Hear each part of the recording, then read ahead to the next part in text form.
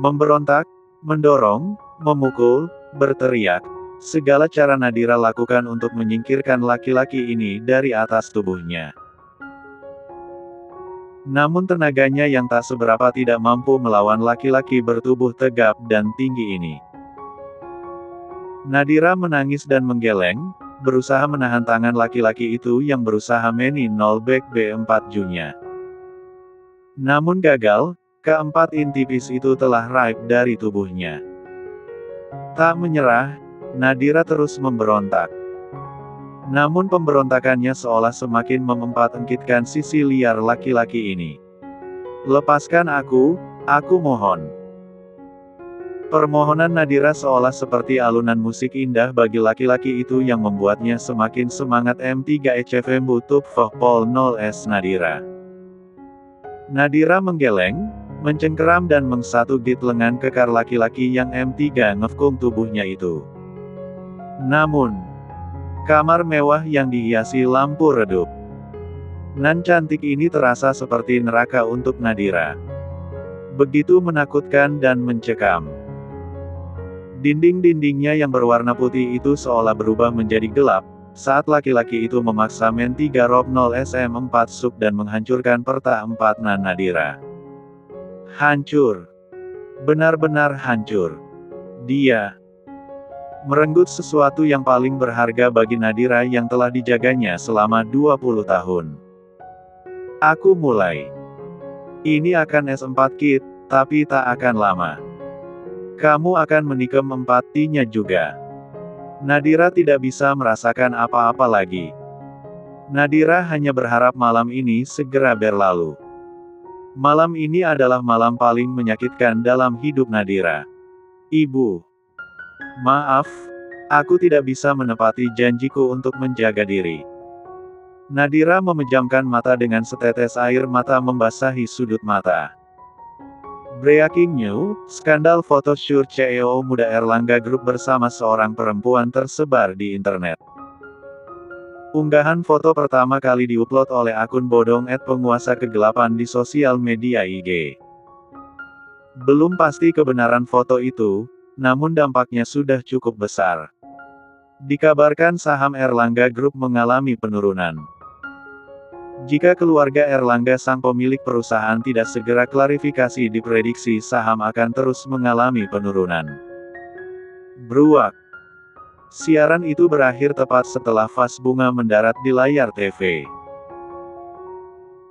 Sang pemilik TV sekaligus orang yang dibicarakan, berteriak murka. Tercoreng sudah citra keluarga Erlangga yang prayoga dan kakek luhurnya jaga selama puluhan tahun. Sialan, dasar anak tidak berguna. Jika tahu akan berakhir seperti ini, saya tidak akan pernah menjadikan dia CEO. Kalau perlu saya coret dia dari kakak. Sekretaris dan beberapa bawahan prayoga termundur selangkah. Takut tiba-tiba terkena lemparan vas lain. Masih dengan emosi meletup-letup, prayoga mengambil ponsel dan mencari nomor putranya. Awas saja kamu. Sambil mondar-mandir, prayoga menunggu panggilannya dijawab. Tapi, maaf, nomor yang Anda tuju sedang tidak aktif. Dasar bocah tengik. Berani sekali kamu tidak mengangkat panggilan papa. Mengulang panggilan kedua, ternyata sama saja. Emosi prayoga semakin membara, ibarat gunung api sudah siap meletus dan membakar apa saja di sekitarnya. Kamu enak-enakan dengan jalangmu sedangkan papa di sini pusing mengurus masalah yang kamu buat. Enak sekali hidupmu, hah. Sambil mencaci maki, prayoga mengirim pesan pada putranya. Sial, centang satu. Prayoga membanting ponsel di meja, berbalik dan menghadap para pegawainya. Cari Sagara dan suruh dia pulang sekarang. Baik, Pak. Tepat setelah mereka pergi, prayoga bersama sekretarisnya mengadakan rapat penting dengan para anggota khusus yang bertugas untuk memecahkan masalah internal keluarga Erlangga. Di saat penjuru negeri sedang heboh dengan foto-fotonya, si pembuat kehebohan justru sedang tidur nyenyak.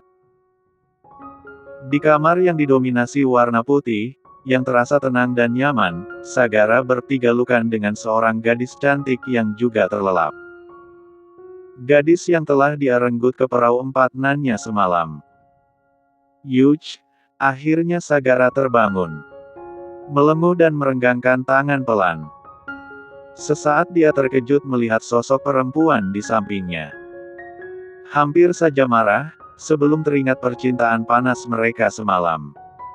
Percintaan yang tak pernah Sagara sangka-sangka. Benar, semua terjadi begitu saja. Siapa kamu? Kamu membuatku gila semalam. Gadis ini, satu-satunya perempuan yang Sagara izinkan menyentuh tubuhnya. Biasanya para wanita yang melayaninya hanya membantu pelepasan tanpa penyatuan. Sagara sangat menjaga diri. Tidak sembarangan mengeluarkan benih. Sagara tidak mau ada skandal yang mencoret nama baiknya. Namun gadis ini, Sagara hampir gila dibuatnya. Cantik sekali. Sagara mengangkat dagu gadis yang masih terpejam itu. Menatap lamat-lamat wajah cantiknya. Matanya agak bengkak, sepertinya semalam dia menangis hebat. Bibirnya sedikit robek, sepertinya Sagara menggigitnya cukup kencang. Pipinya tirus, namun tidak kurus. Bodinya juga menarik. Ping 4 nyeramping, pas dalam lingkaran tangan Sagara. Tok, tok. Tuan, permisi. Tuan besar mencari Anda, Tuan. Dan meminta Anda segera pulang sekarang. Tumben. Pasti ada masalah serius sampai papanya menyuruh pulang. Selesai memakai celana dan kemeja, Sagara meraih ponsel di meja. Begitu menyalakan ponsel dan data, seketika terkejut melihat banyak panggilan masuk. Lebih terkejut lagi saat membaca chat dari papanya. Papa, Senpik. Papa, apa ini? Foto apa ini? Papa, sudah papa bilang. Bersenang-senang boleh, tapi perhatikan sekitarmu. Apa jalangmu begitu cantik sampai M3 enzimnya di depan semua orang? Papa, pulang sekarang atau papa cari kamu dan MENGUBURMU hidup-hidup. Sial, Sagara bergegas meninggalkan kamar. Sebelum menutup pintu Sagara menoleh, memperhatikan gadis itu yang masih lelap. Lupakan, cuma cinta satu malam. Sagara menutup pintu dan bergegas pergi bersama bodyguardnya. Setengah jam setelah terbangun, Nadira tak hentinya menangis. Tangisan tanpa suara. Hanya air mata yang tiada henti mengalir. Tubuhnya remuk, bahkan untuk bergerak saja selangkangannya sakit sekali. Namun, tidak lebih sakit daripada hati dan harga dirinya yang hancur sekarang. Dalam keterpurukan sekarang, ada banyak jika di kepala Nadira. Jika tidak meninggalkan desa, mungkin dia tidak akan mengalami semua ini. Jika tidak mempercayai Jessica, kesucian yang dia jaga selama bertahun-tahun pasti tidak akan terenggut. Jika setibanya di klub tadi malam, Nadira mengikuti instingnya untuk keluar dari klub, pasti sekarang dia sudah aman, mungkin sedang perjalanan balik kampung. Dan masih banyak jika lainnya. Morning, temanku, sapa Jessica setelah membuka pintu. Nadira menoleh dengan mata memicing. Namun Jessica justru terkekeh. Menghisap rokok dalam-dalam, Jessica beranjak dari ambang pintu, menghampiri Nadira yang terbaring lemah di ranjang. Dengan kurang ajar Jessica menghembuskan kepulan asap ke wajah Nadira yang bengkak karena tak hentinya menangis. Gimana? Enak kan? Modal ngang 4 nanogram doang uang lancar. Entar malam gue cariin klien lagi. Plak. Satu tamparan keras mendarat di pipi Jessica. Jessica ternganga. Aku sangat mempercayai kamu dan ini balasan kamu. Kamu menjualku Jessica. Bagaimana bisa kamu setega ini padaku? Kenapa tidak tega? Hah? Jessica menjambak rambut Nadira sampai kepalanya terdongak. Memekik, Nadira berusaha melepas jambakan. Tapi Jessica justru mencengkeram semakin kuat sampai kulit kepala Nadira terasa sakit. Lo, kalau bukan karena kebaikan gue mengajak lo ke Jakarta, lo masih jadi anak kampung yang miskin. Harusnya lo berterima kasih sama gue. Gue memberi lo tumpangan di apart gue gratis. Gue juga mencarikan lo pekerjaan yang bisa menghasilkan uang dengan cepat. Dan lo malah menamparkan gue. Di mana rasa terima kasih lo, Jalang? Aku bukan Jalang seperti kamu. Nadira mendorong Jessica. Bukan Jalang sepertiku, hahaha. Jessica tertawa, sampai terbatuk-batuk tersedak asap rokok. Mengumpat, Jessica melempar puntung rokok dan menginjak-injak dengan penuh emosi. Ngaca, Nadira. Lo baru saja menjual tubuh lo. Memangnya sekarang lo masih perawan? Enggak kan? Ya sudah, kita sama. Aku tidak pernah menjual tubuhku demi uang.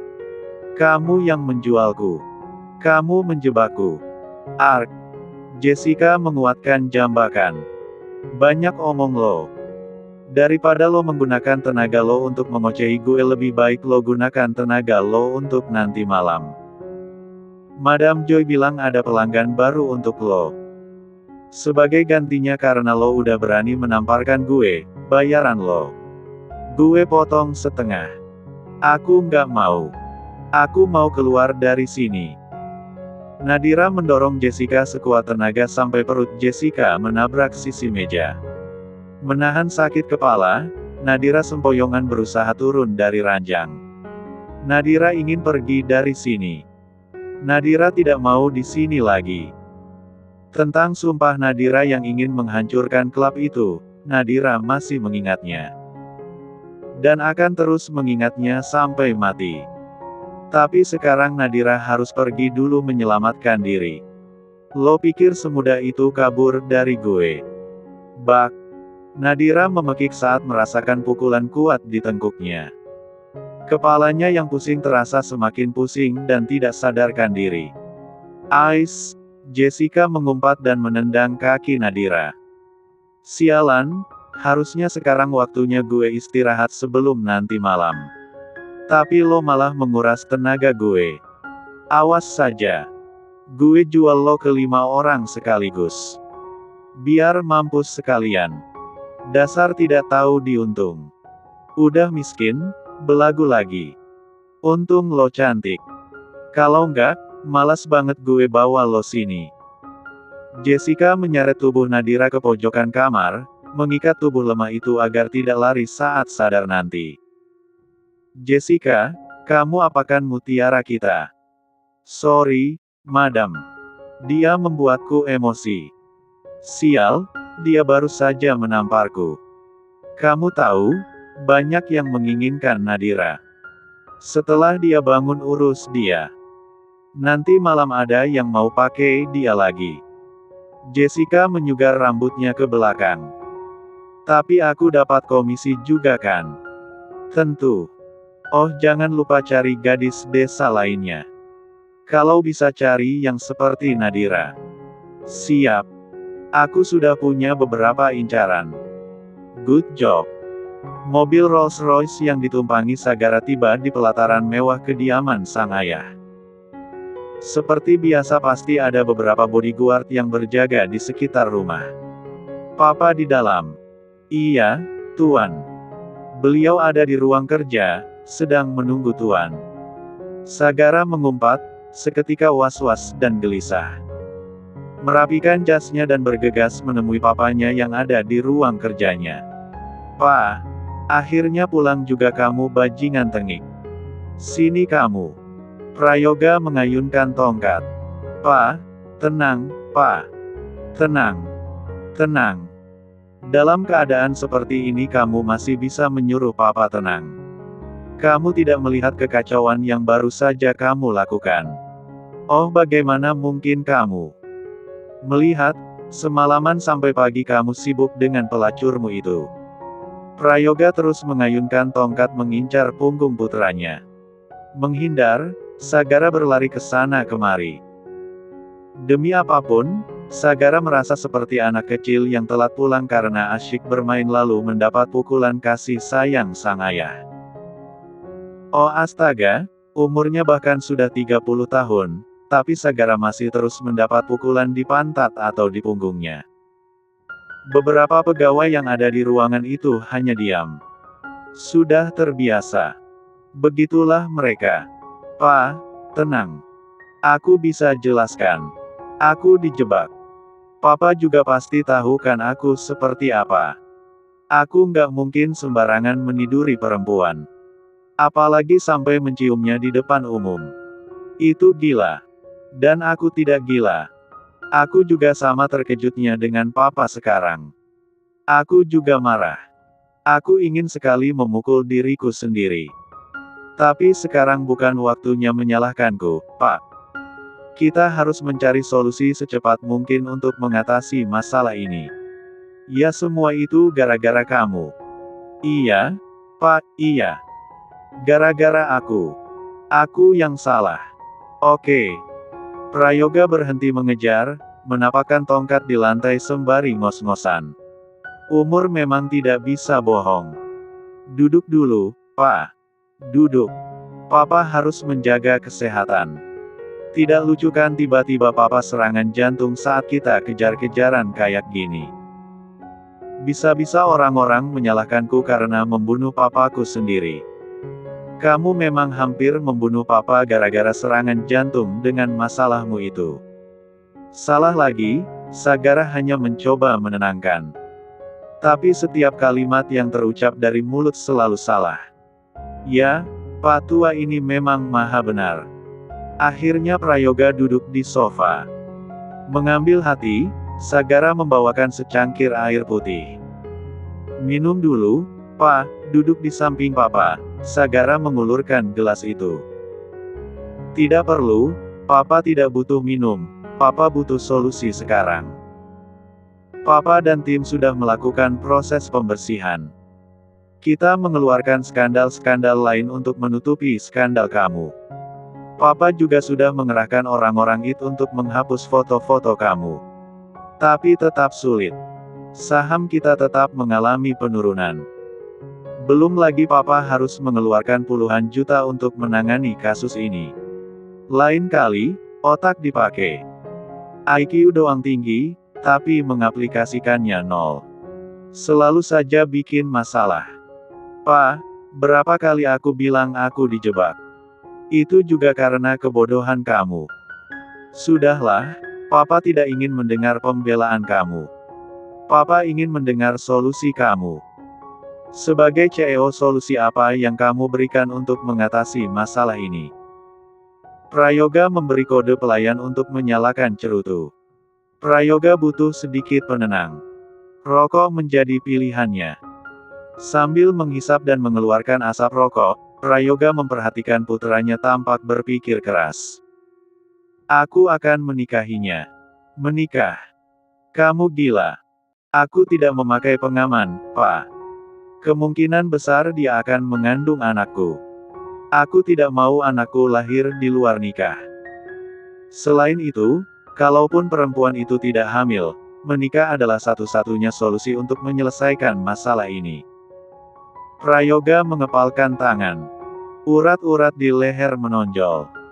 Percaya padaku, Pak. Aku akan menyelesaikan masalah ini dengan baik.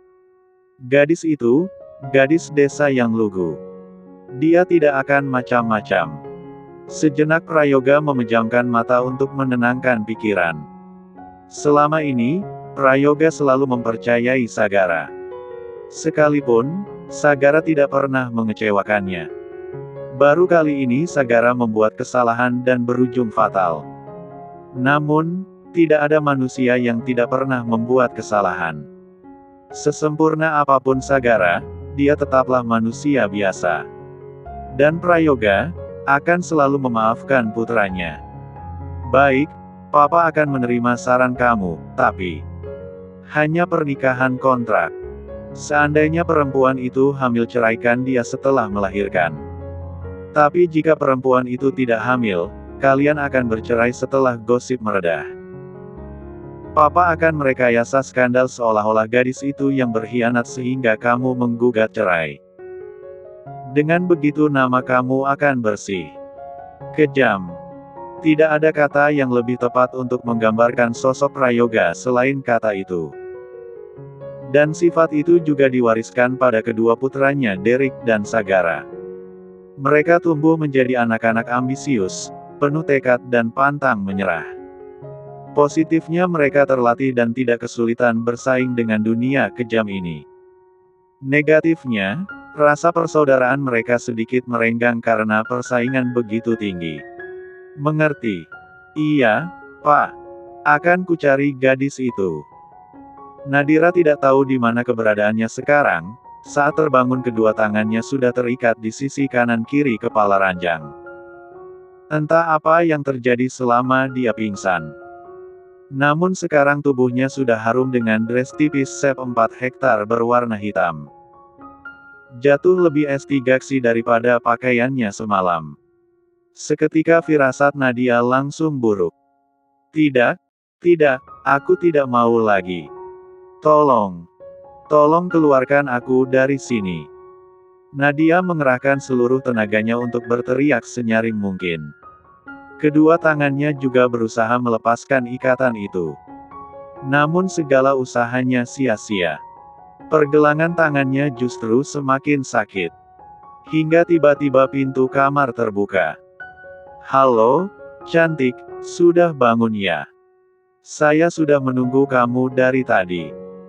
Tubuh Nadira menggigil mendapati sosok laki-laki berbadan gempal dan berperut.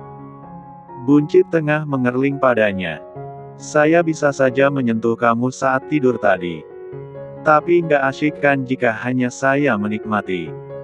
Laki-laki itu mengedipkan mata, seketika membuat sekujur tubuh Nadira merinding. Hal yang Nadira takut tadi benar-benar terjadi. Jessica dan Madame Joy menjualnya lagi, pada laki-laki yang entah siapa ini. Mereka sungguh tidak punya hati. Bahkan Nadira belum pulih dari rasa sakitnya. Selang 4 ngannya saja bahkan masih terasa perih. Bagaimana bisa mereka setega ini? Sayang, tenang, jangan banyak bergerak. Nanti tangan kamu sakit. Lepaskan aku. Aku ingin pergi dari sini. Keluarkan aku. Laki-laki menyeringai, tentu saja saya akan melepaskan kamu. Tapi setelah saya puas. Haha. Nadira menggeleng, tidak. Aku tidak mau. Jangan menyentuhku. Tolong. Nadira tahu, berteriak pun percuma, mencoba melepaskan diri juga percuma. Tidak akan ada yang menolongnya. Namun Nadira tidak ingin menyerah begitu saja. Tidak akan dia biarkan laki-laki lain menyentuh tubuhnya lagi. Sayang, ayo kita mulai. Laki-laki itu melepas keempat ensing kem 3 janya satu persatu. Lid 4-nya T3 rulur dan men 1 lat bib 1 R-nya sendiri seolah melihat makanan yang begitu lesat. Nadira semakin ngeri dan ketakutan, apalagi saat laki-laki itu mulai mendekati kakinya. Tidak. Bak. Nadira berhasil menendang wajahnya. Laki-laki itu mengumpat. Terlihat marah dan murka. Berani sekali kamu menendang saya. Lihat, saya akan meremukkan kamu malam ini. Saya akan meremas-remas tulang kamu, sialan. Laki-laki itu mencengkeram kedua kaki Nadira. Nadira menggeleng, menangis, berteriak, dan memberontak sekuat tenaga. Tidak, Nadira tidak ingin mengulang kejadian semalam. Siapapun tolong, aku mohon tolong aku. Dalam keputusasaannya tiba-tiba. Bruk. Pintu terbuka dengan kasar. Nadira dan laki-laki itu sama-sama menoleh ke arah pintu. Di sana, sosok laki-laki yang merenggut kesucian Nadira tadi malam, berdiri di ambang pintu dengan tangan terkepal. Siapa kamu? Berani sekali mengganggu kesenangan saya. Harusnya saya yang bertanya, siapa Anda sampai berani menyentuh perempuan saya? Dengan geram laki-laki itu menghampiri Sagara. Mengayunkan tangan dan hendak melayangkan pukulan. Namun Sagara berhasil menghindar dan menonjok perutnya. Laki-laki berbadan gempal itu terhuyung ke samping.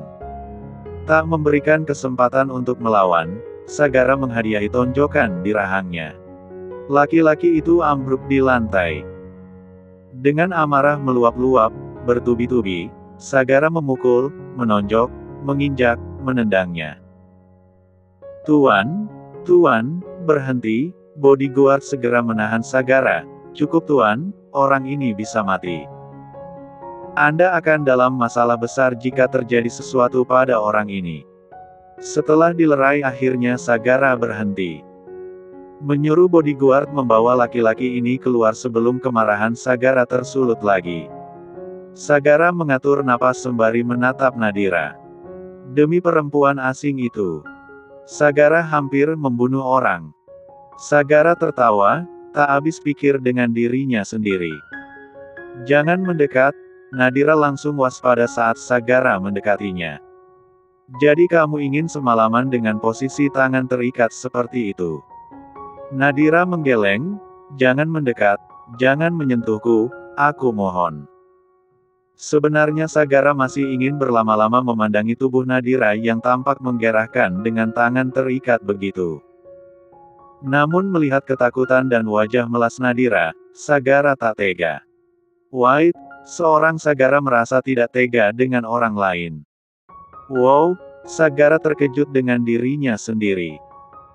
Jangan, Nadira semakin histeris saat Sagara menyentuh tangannya. Nadira begitu ketakutan, panik, sampai akhirnya tak kuasa menahan rasa takut dan perlahan kehilangan kesadaran. Hei, Sagara menepuk-nepuk pipi Nadira, bangun.